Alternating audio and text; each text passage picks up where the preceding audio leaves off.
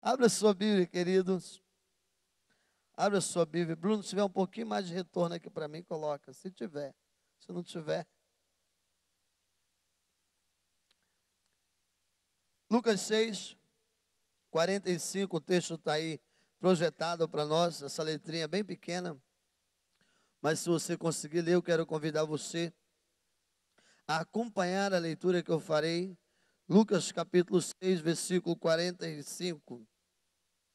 O texto diz assim: o homem bom tira coisas boas do bom tesouro que está em seu coração. E o homem mau tira coisas más do mau tesouro, do mal que está em seu coração. Porque a sua boca fala o que está cheio o coração. Pai, essa é a tua palavra.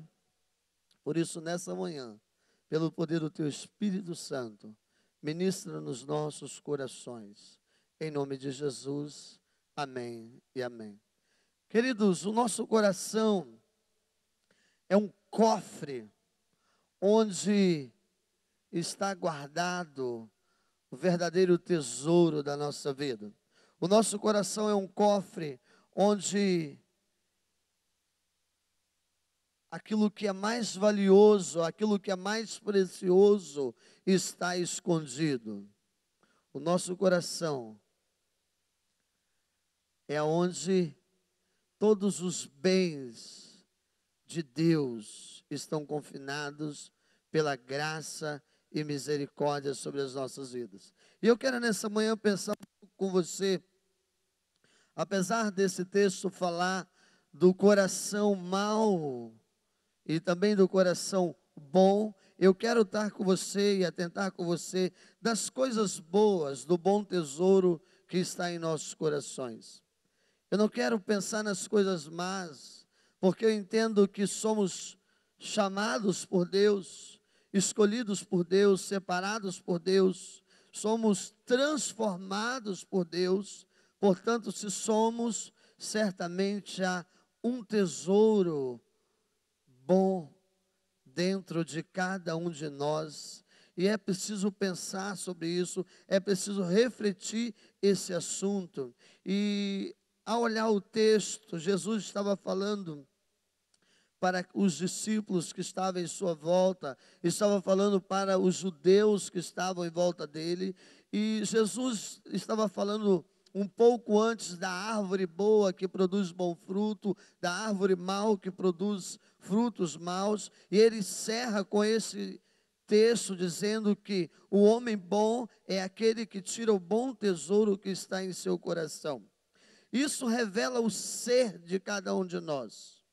Quando nós pensamos daquilo que as pessoas tiram de nós, nós estamos falando daquilo que faz parte da nossa natureza, daquilo que nós somos a partir da presença do Cristo em nossa vida, aquilo que nós somos a partir da presença do Espírito Santo de Deus em nossas vidas. E à medida que as pessoas colhem as coisas boas do nosso coração, do nosso tesouro, elas vão conhecendo aquilo que nós somos, muito mais do que aquilo que nós fazemos. E é interessante olhar para o ministério de Jesus, que em determinado momento do ministério de Jesus, ele olha para os discípulos e ele faz uma pergunta para os discípulos. E a pergunta que ele faz é assim: quem dizem aos homens ser o filho do homem?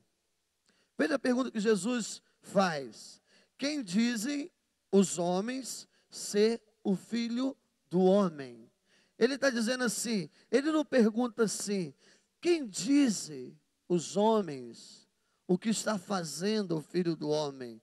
Ou nos milagres que eu estou operando? Ele não estava preocupado se as pessoas estavam vendo as maravilhas que estavam acontecendo. A pergunta de Jesus é: quem diz ser o filho do homem? E na sequência ele olha para os discípulos e pergunta: e vocês, quem dizeis que eu sou? Veja, preste atenção nisso aqui, irmãos, porque isso aqui revela a natureza do ser de Deus. Essa pergunta revela o propósito eterno de Deus na pessoa de Jesus Cristo de Nazaré. Porque o texto diz que na sequência Pedro olha e diz assim: tu és o Cristo, o enviado de Deus. Ali Pedro estava falando do propósito eterno de Deus, manifesto na pessoa de Jesus. Tu és o Filho, o enviado, tu és o Messias, tu és a promessa daquele que viria para iniciar um novo reino. E o que isso tem a ver comigo e com você? Querido, é preciso que a igreja, que nós olhemos para a sociedade e façamos uma pergunta: quem diz a sociedade ser os cristãos? O que somos? Porque muito se fala no que os cristãos fazem, muitos se comentam das coisas miraculosas que têm acontecido, mas pouco se perguntam quem são os cristãos. E de repente também nós precisamos olhar para dentro de nós mesmos e fazer a segunda pergunta: e vós, quem diz ser? E vós, quem diz ser? Veja, querido, que a resposta de Pedro revela o propósito eterno de Deus. E a resposta do mundo em relação à igreja, e a igreja é quem? É quem? Ontem nós estávamos lá na casa da Camila, com a MCA, um culto maravilhoso. Eu estou gostando desse negócio, eu estou indo em todos agora, porque tem comida, tá, Emerson? Fui em um, não perco mais. O Miro falou também que não vai perder. Está enchendo de homem no culto das mulheres agora. O Miro foi, está virando um negócio bom isso aí, né, Miro? E eu dizia assim para a irmã que está chegando na igreja, falei: minha irmã, conte com essa igreja. Ela falou: muito obrigado, pastor. Falei: mas conte mesmo. E quando você precisar da igreja, vai lá na casa da Jamile e bate lá. Eles tomaram um susto, porque a Jamile é a igreja, não é isso? Às vezes nós falamos assim: conte com a igreja, mas a gente não quer que a pessoa bate na porta da nossa casa. Às vezes nós não queremos que a pessoa conte comigo enquanto igreja. Eu quero que a pessoa conte com a igreja, vai lá, pede pastor, gabinete, ação social, mas comigo não. E aí, porque às vezes nós caminhamos separados do ser igreja e fazer as coisas concernente à igreja. E nós somos chamados a ser pelaquilo que existe dentro de cada um de nós. E à medida que as pessoas respondem, isso tem me preocupado muito, porque quando perguntamos para as pessoas o que dizem as pessoas da igreja e as pessoas que estão fora, e muitas vezes as pessoas que estão dentro, a resposta não revela o propósito eterno de Deus. Pedro disse: eu vejo que tu és o Cristo, o enviado. Qual é a resposta das pessoas, de nós mesmos, em relação à igreja ou à natureza da igreja? Será que as pessoas estão dizendo assim: eis aí o povo enviado de Deus para pregar o evangelho das boas novas? Será que é isso que as pessoas têm dito sobre a igreja?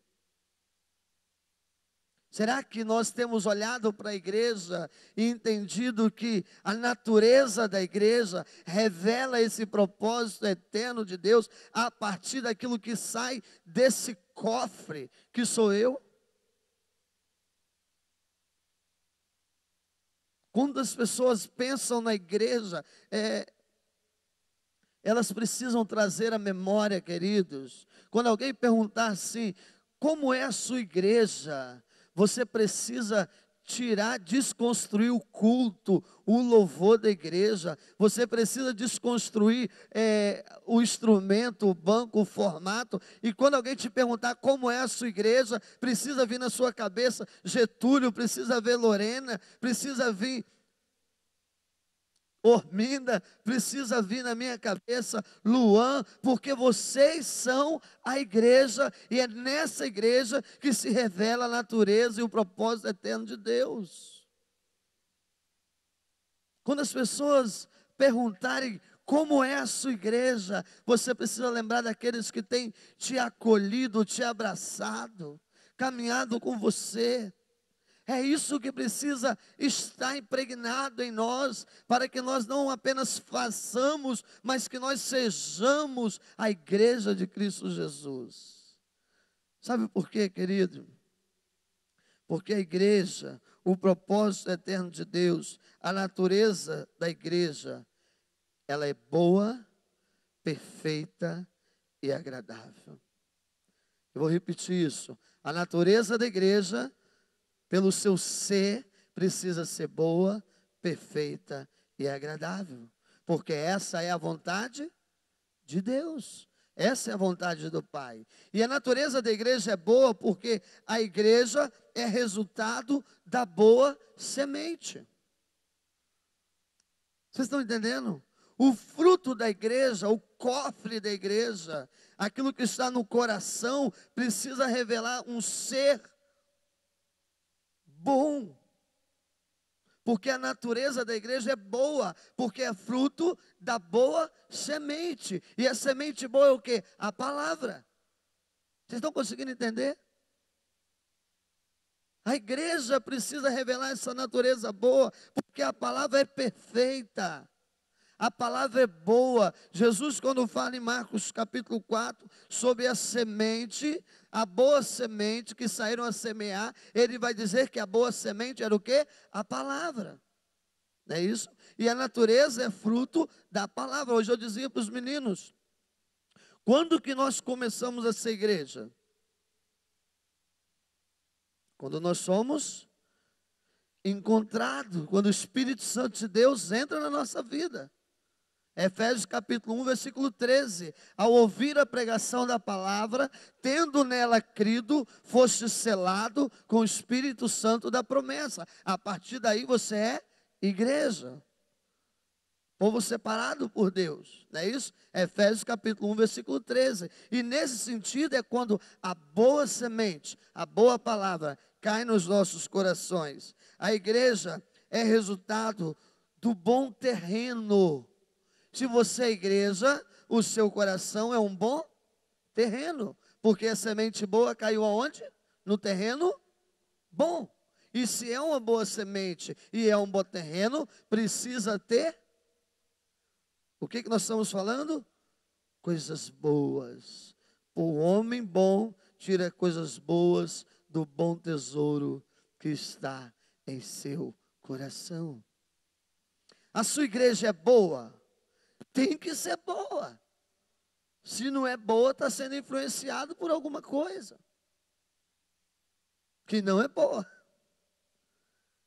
E aí, vamos voltar de novo. Quando estou falando da igreja, esquece o louvor, esquece a música, esquece o banco e lembra-nos que são bons. Bons de cuidado, bons de relacionamento, né? Bons de estar junto, bom de viver a coinonia do Espírito Santo. E é essa igreja que precisa revelar essa natureza boa, porque ela é fruto da semente boa, que é a palavra, ela é fruto do bom terreno, que é o seu coração, e ela é perfeita. A igreja é perfeita, boa, perfeita e agradável. Outra natureza da igreja é a perfeição. Ela precisa ser perfeita, porque o ser da igreja é resultado da unidade de Deus.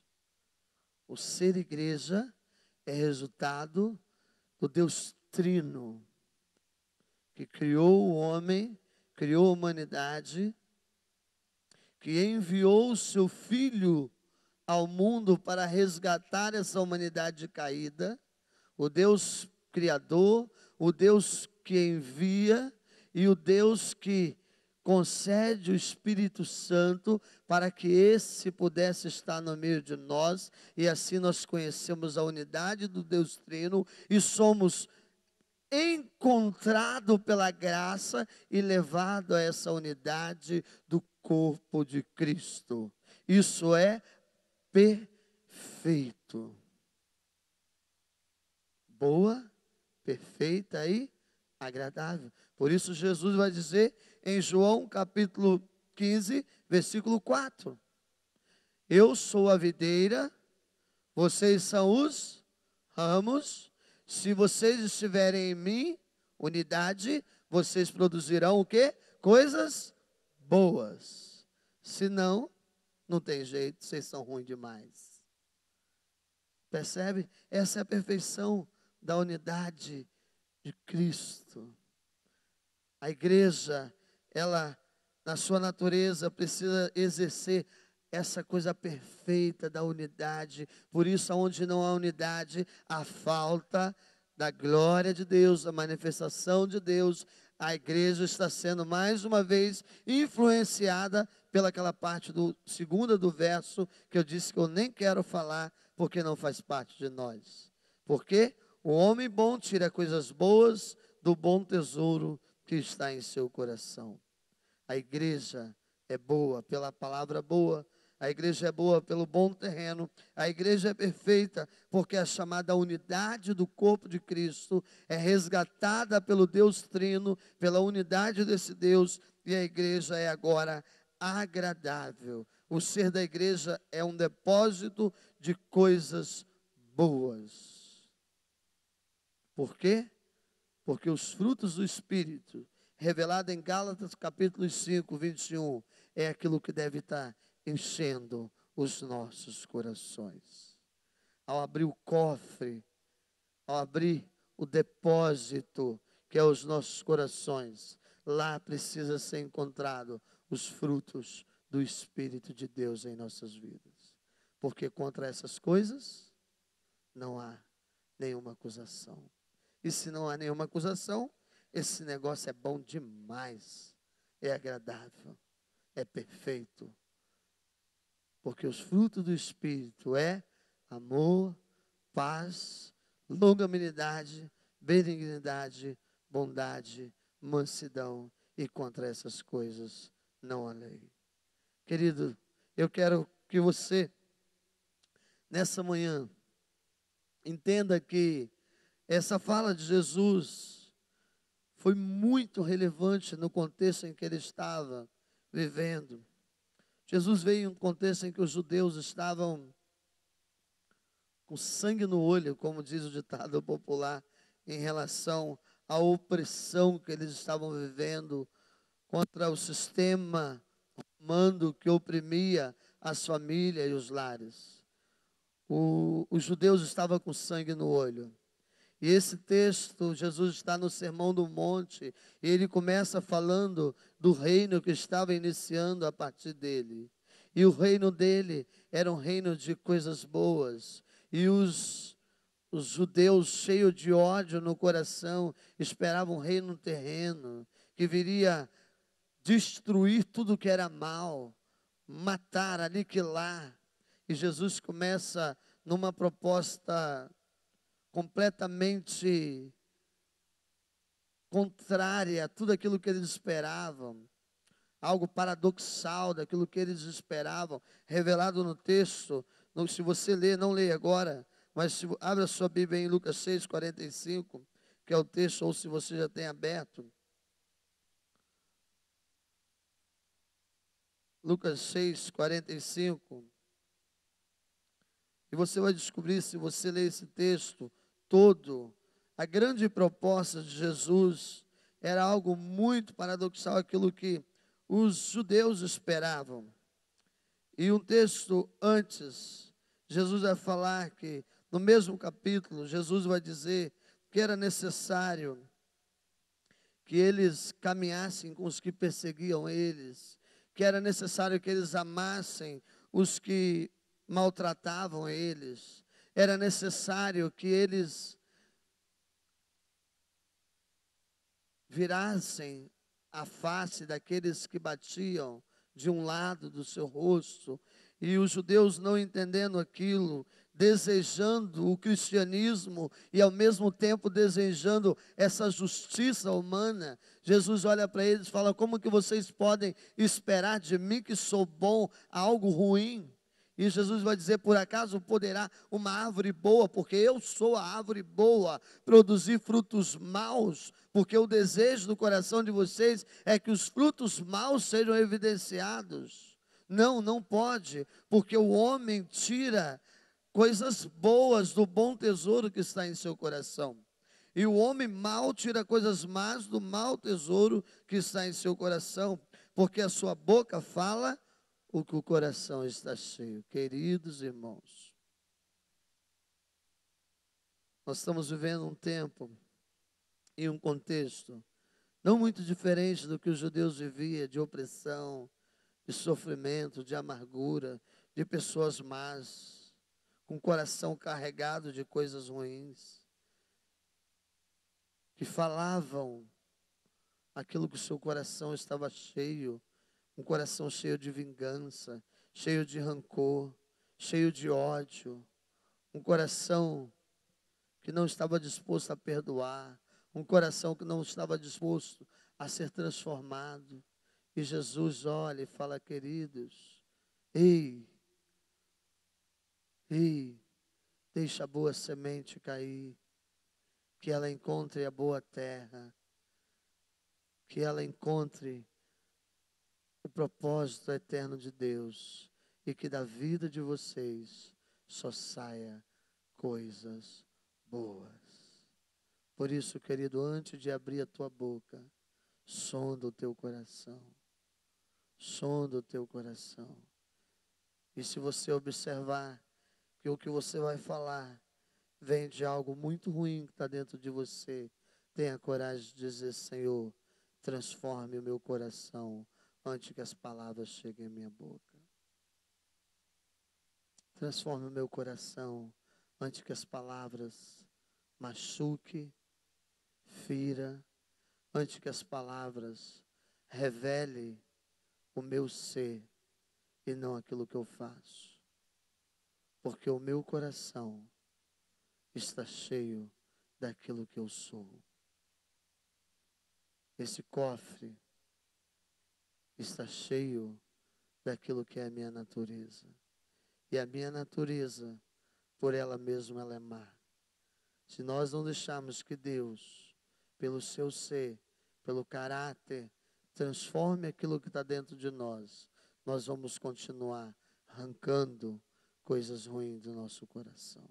Feche os teus olhos e fale com Deus nessa manhã. Fale com o Senhor. Deus, nós queremos ser uma igreja perfeita, Pai. Nós queremos ser uma igreja saudável. E não existe saúde, Pai, se não houver o bom fruto da Tua palavra em nossas vidas. Se não houver um coração bom, Jesus. Por isso, Deus, que nós sejamos conhecidos pelo aquilo que nós somos, não pelo aquilo que nós fazemos. Ó Deus, que ao aproximar dos meus irmãos em relacionamento, ao me aproximar do Senhor em relacionamento, Pai, eu possa revelar aquilo que eu sou. Que nós tenhamos coragem, Deus, de nos relacionar mais, de estarmos mais perto uns dos outros, para que as pessoas conheçam verdadeiramente quem nós somos. Para que o Senhor veja, ó Deus, quão dependente nós somos do Senhor. Quanto nós precisamos, ó Deus, da obra do Senhor em nossos corações. Transformando, ó Deus, todo espírito ruim, tudo aquilo que é mal, e fazendo nova todas as coisas, Pai. Porque a Tua palavra diz que aqueles que estão em Cristo serão uma nova criatura, e o Senhor nos daria um novo coração. Por isso, nessa manhã, derrame o Teu Espírito na vida dos Teus filhos, Pai. Sonda os nossos corações, e que assim nós possamos viver, ó Pai, de maneira que as pessoas vejam o propósito eterno da salvação em Cristo Jesus, revelado pela transformação que há em nosso ser. Ó Deus, nos ajude, Pai, no nome de Jesus.